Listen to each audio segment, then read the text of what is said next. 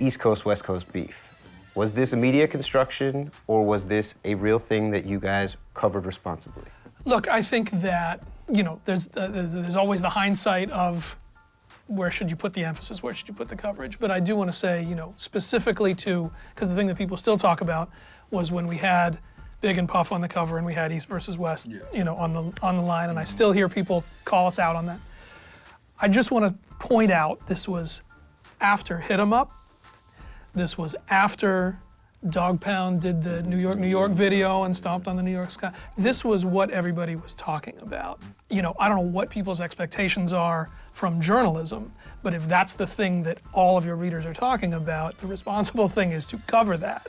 The Death Row Bad Boy thing for us was really kind of third railish, right? Because a lot of that stuff started at the Source Awards, right? With Suge on stage. So we always had a kind of like, you know, kind of that, you know, attitude around it. But we all played a little part. And I remember I wrote the editorial after Pac's death, you know, that kind of was at the top of the issue.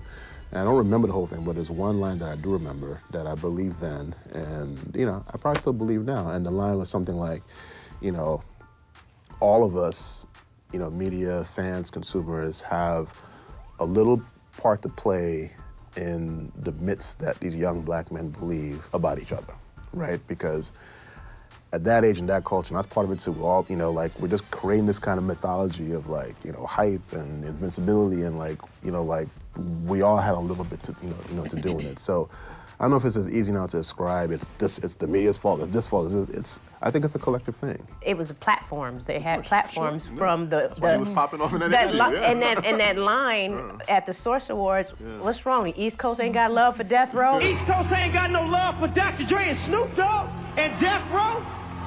Y'all don't love us? That line, it goes down in history. Want to be an artist and want to stay a star and don't want to have to worry about the executive producer trying to be all in the videos, all on the record, dancing. Come to Death Row. People use it now just to say it. Yeah, you don't want to tell people all in the video, all in it. Like, that goes down in history. Man, I was in that crowd like, oh no. oh no. I think the historical record really shows that there was long-standing sort of arrogance on the East Coast part and resentment on the West Coast part, dating back to the 80s. But it took a demagogue to really rile up that sentiment. And the record shows that Suge is the person who did that time and time again. Remember, when Puff started, he wanted Bad Boy. His model was Death Row. Suge, in some ways, was his idol. Check this out. Contrary to what other people may feel, I would like to say that I'm very proud of Dr. Dre, of Death Row, and Suge Knight for their accomplishments. And all this East and West that needs to stop. You know, to me, it's Suge really like Trump is now, sort of taking advantage of you know, long-standing resentments and using them to his advantage. But I do believe we all sort of played a part in this game, and we all paid the price. And if you want to be down with Bad Boy, then fuck you too. Chino XL, fuck you too. You know, Chino was one of the folks who was mentioned in Tupac's song, Hit 'Em Up.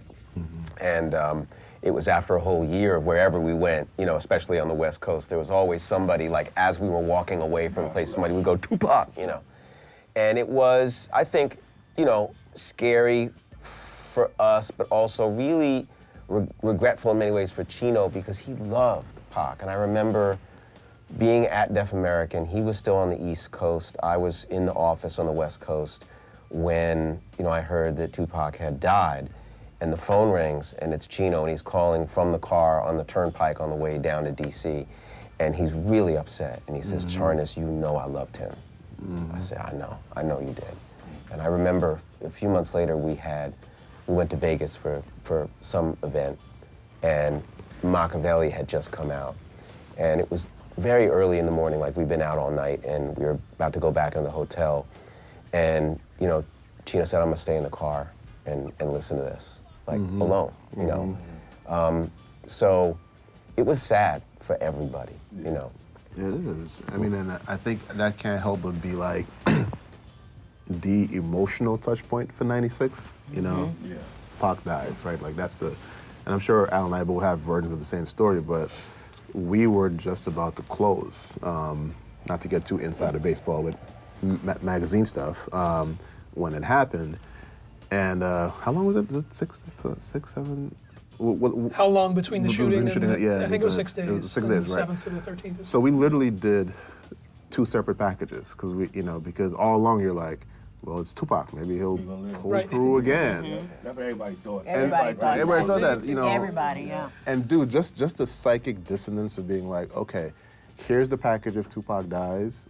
Here's the one if he lives. Like I edited both versions, and because we had to turn real fast, and then finally getting that news. I mean, Dave Mayes calls me and was like, it just was like a sledgehammer. Yeah, just sitting here, we were probably on a slightly different schedule because it was, it's the only time in my life I had to actually, say, stop the presses. Because the issue was done, it was going.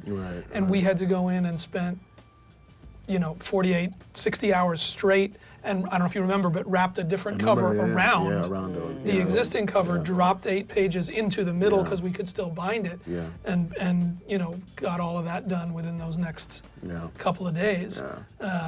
But there's no, you're not emotionally, physically, anyway ready for what it is to go into that.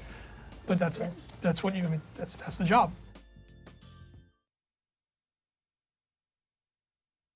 In that 96 period, when you had guys who were with one foot still in the street, how did that affect you having to sort of protect and deal with these people as you are ushering them into a professional space? Some artists really signed to street labels to have that protection if they were in hip hop too. It's sort of like, okay, let me get with Def Jam or let me get with Rockefeller or get with one of these labels that could have some kind of backing and some support. That's an amazing point. You know what I mean? Amazing point because I think that is exactly why when Pac left prison, because he was already signed to the parent label of Death Row. But Suge offered the illusion of protection for Pac, and that had consequences for everybody. He said as much in that interview that we did, not in those words, but it was pretty clear, like that was, Pac was like a crew dude, like he... Yes. Yeah, he was Well, a crew he had dude. felt betrayed, in New York with the arrest, with the first shoot, with the other, he needed to, establish something else. What's so striking is there were so few outlets. There were so few places you could read about this stuff. You could hear these records. Again, this is 96. We're again starting to see these become more of a pop thing. And Rolling Stone is starting to put some of these guys on the cover. And MTV's starting to treat them like these guys are rock stars. But at this time, it was no joke whether you were or were not on the cover of The Source. That was it. There was nowhere else to go. If you're a fan, now they can have so much unmediated conversation. They don't need, obviously that's the problem for magazines, for everything else. If the artists can communicate so directly with their fans nowadays that they can determine and control what it is that they want to talk about. And I think that's the real point to connect what you're saying, because I think like Alan said, this is a real transitional year, right? Economically, so these guys really felt like, stuff was at stake, right? Like it really mattered. It was now becoming like real, like, oh, like we're actually really making money. We're actually really affecting the culture. We're really, here.